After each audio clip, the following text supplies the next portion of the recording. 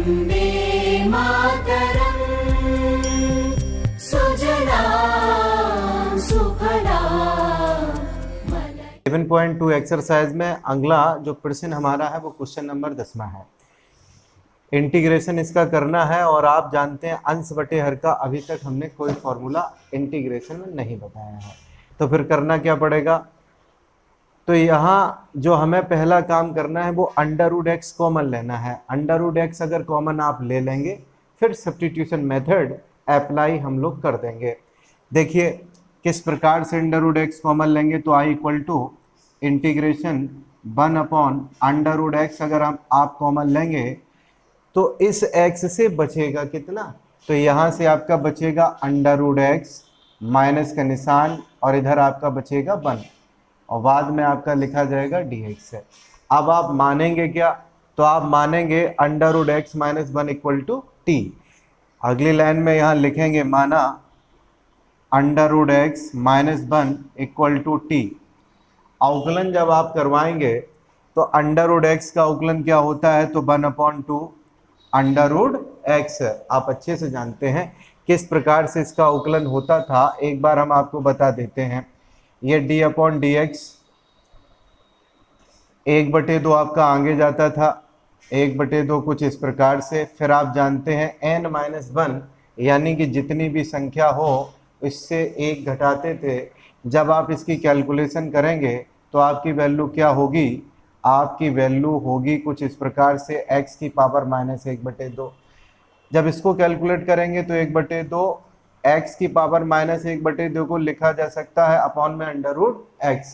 कई बार इसकी बातचीत हुई है जब हम लोग अवकलन को पढ़ रहे थे, तो आप अब समझ गए होंगे कि अंडर रूट एक्स का जो आंसर होगा अवकलन में 1/2 अंडर रूट एक्स होगा, साथ साथ में dx लिखेंगे। 1 का अवकलन 0 होता है, लिखिएगा नहीं।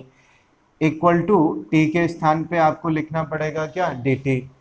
अब इतनी बात को गौर से ध्यान से देखिए, ये आपका dx है, आपका dx है और इसके बाद में ये आपका लिखा है under root x. dx upon under root x की जगह पे आप क्या लिख सकते हैं, तो dx upon under root x की जगह पे आप लिख सकते हैं 2 का आप पक्षांतर कर दीजिए 2 dt हम लोग लिख सकते हैं। इसलिए यहाँ आप लिखेंगे अतः जो हमारी वैल्यू होगी t के पदों में पूरे क्वेश्चन को बदल लीजिए। I integration dx upon under root x का मान होगा 2 dt, 2 को बाहर कर लीजिए, dt इधर रहा, अपॉन में आपका क्या रहेगा अंडर रूट एक्स माइनस 1 बराबर वैल्यू आपकी क्या है, t है, लिख देंगे। इसको आप भली भांति जानते हैं, इसको हम भली भांति जानते हैं और इसका आंसर होता है log mod t और कांस्टेंट के बाद में क्या लिखेंगे, कांस्टेंट के रूप में c। ये dx अपॉन x आपने पढ़ा होगा, वही तो है। यहाँ dt है, यहाँ नीचे t है, तो ये log t हो जाएगा। t का मान रख दीजिए, t का मान क्या है आपका, तो 2 log t की वैल्यू आपकी ये लिखी है under root x minus 1 plus constant के रूप में c। ये आपका प्रॉपर क्वेश्चन नंबर 10 का आंसर रहा। क्वेश्चन नंबर 11वां आपका लिखा है इंटीग्रेशन इसका करना है। ऊपर x है और नीचे आपका x + 4 है, तो इस प्रश्न में आप एक काम कर लीजिए, +4 कर लें और -4 कर लें ऊपर। इससे होगा क्या फ़ायदा, आप फिर इसको सेपरेट कर देंगे, फिर बड़ी आसानी से आप इस क्वेश्चन को हल कर पाएंगे। देखिए i equal to integration x में +4 ऐड कर दें और -4 घटा दें, कोई फ़र्क तो पड़ेगा नहीं, लेकिन एक बात निश्चित रूप से हमें समझ में आ जाएगी कि ये जो वैल्यू है x + 4 जो नीचे लिखी है हर में, अब इसको सेपरेट जब करेंगे ये आसानी से कैंसिल हो जाएगा। अपॉन आपका लिखा गया है x + 4 और इधर है आपका क्या dx। अब आप सेपरेट कर दीजिए, जब आप सेपरेट करेंगे तो i equal to integration x + 4 upon under root x + 4, इधर आप लिखेंगे dx माइनस, यहाँ माइनस का निशान, 4 आप कॉमन लीजिए, इंटीग्रेशन का निशान लगाएं, 1 अपॉन अंडर रूट x + 4 और साथ साथ में आपका लिखा क्या है dx लिखा है। इसका आंसर क्या आने वाला है? आप सब जानते हैं इसका आंसर क्या आएगा। इसका आंसर ये आएगा इंटीग्रेशन x प्लस 4 की पावर 1/2 और dx है। ये क्या हमने कर दिया है आप समझें। 2/√2 अगर हम लिखते तो इसको आप जब हल करेंगे तो 2 का मतलब होता क्या है, √2 गुणा √2 और अपॉन में आपका √। हम ये कह रहे हैं कि जब एक जैसी संख्याएं आपकी लिखी हैं, एक √रूट में है और एक विदाउट √रूट में है, तो आप इसको इस रूप में कुछ लिखेंगे, तब आपका आंसर क्या रहता, √2 रहता। और 2 के ऊपर √रूट हटाकर आप घात कितनी लिख सकते हैं, 1/2। उसी प्रकार से x प्लस 4 की पावर कितनी है, 1, और इधर नीचे x प्लस 4 की पावर कितनी है, हाफ, आधी है।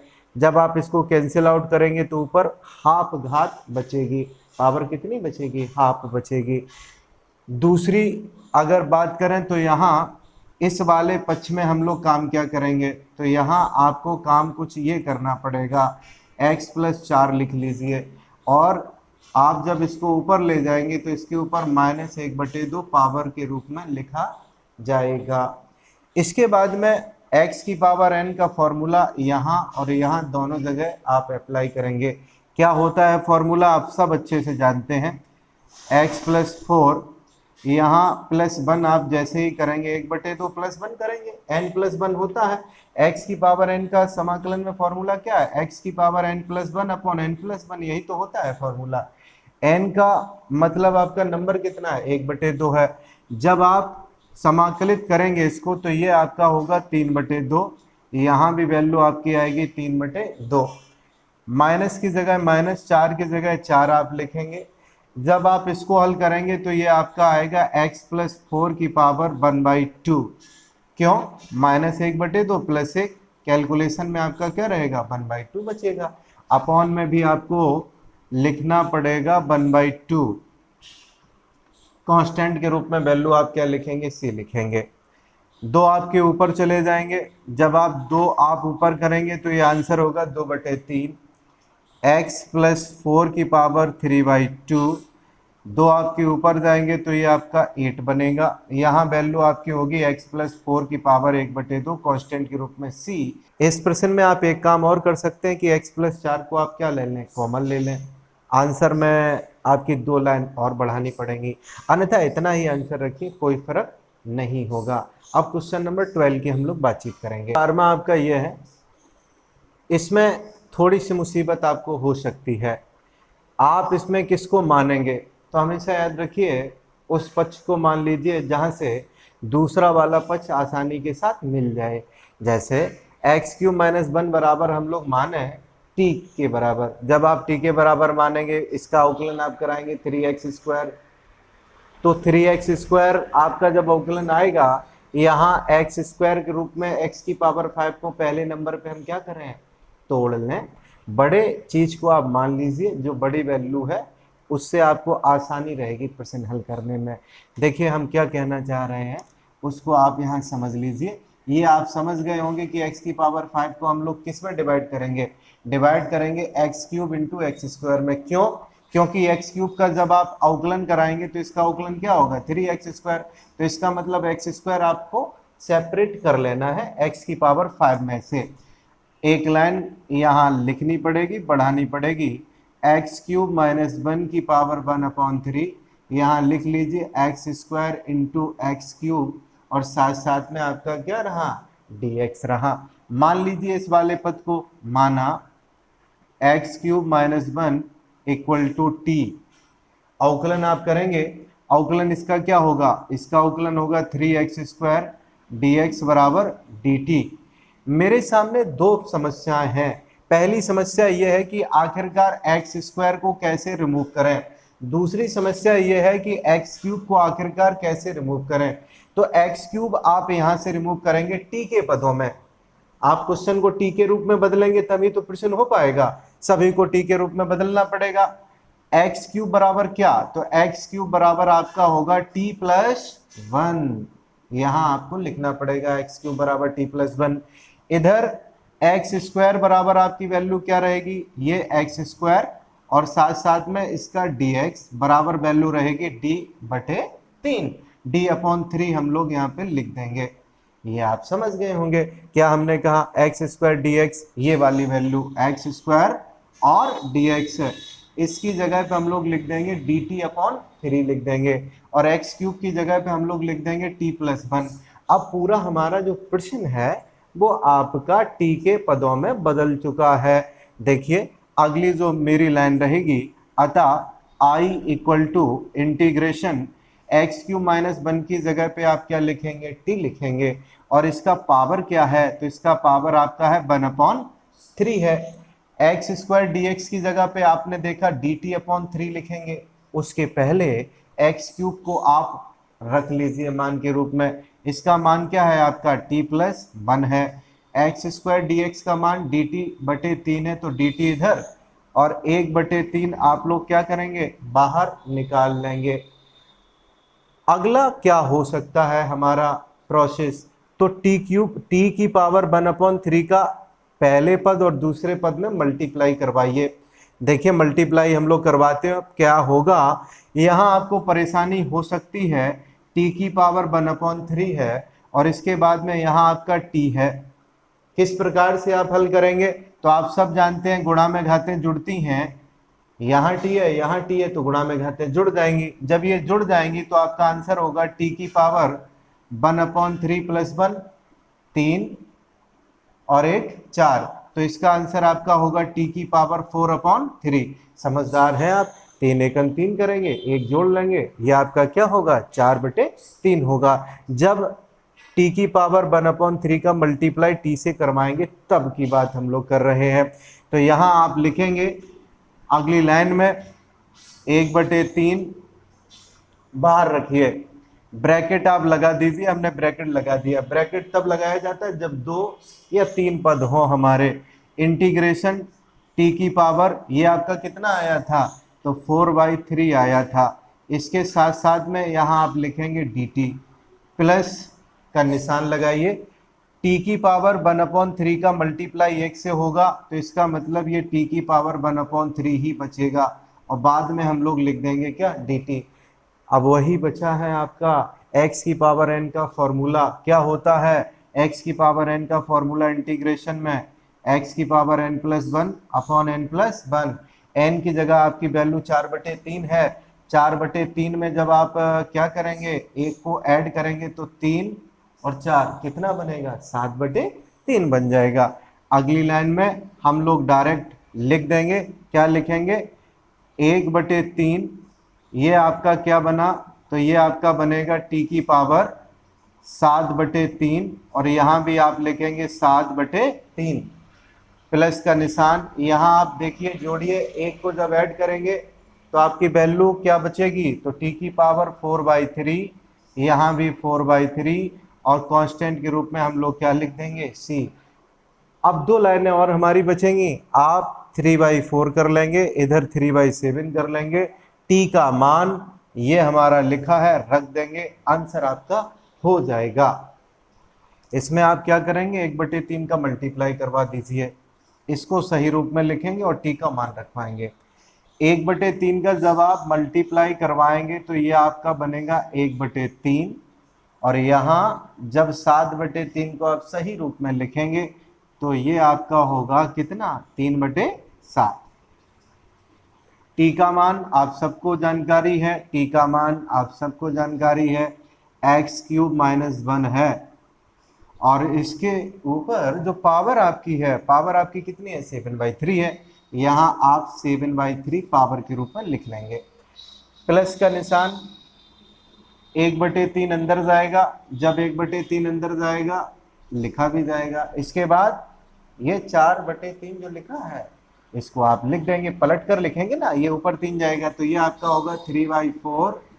t का मान आपका कितना है, तो x² - 1, x² - 1, इसके ऊपर पावर कितनी है, तो 4/3 है पावर, और प्लस कांस्टेंट के रूप में ये आपका क्या लिखा है, c लिखा है। सब जानते हैं 3 से 3 कैंसिल आउट हो जाएंगे, जब कैंसिल आउट हो जाएंगे तो यहाँ बचेगा कितना, 1/7, इसको लिख लीजिए एक्स क्यूब माइनस 1 की पावर 7/3 प्लस ये 3 से 3 कैंसिल आउट हो जाएगा 1/4 एक्स स्क्वायर माइनस 1 और इधर आपका 4/3 है कांस्टेंट के रूप में, सी आपका लिखा है। यही प्रॉपर आंसर हो। क्वेश्चन नंबर आपका 13 है। यहाँ आप किसको माने जिससे आसानी के साथ में प्रश्न हल हो जाए। आप अगर इसको मानेंगे तो ये आपका कभी भी नहीं प्राप्त होगा। आप फिर किसे मानेंगे? आप नीचे वाले पद को मान लीजिए, जब आप इसका अवकलन करवाएंगे तो ऊपर वाला पद आसानी के साथ प्राप्त हो जाएगा। यही सब्स्टिट्यूशन मेथड है। क्या करेंगे आप? माना 2 + 3x³ बराबर t मान लिया।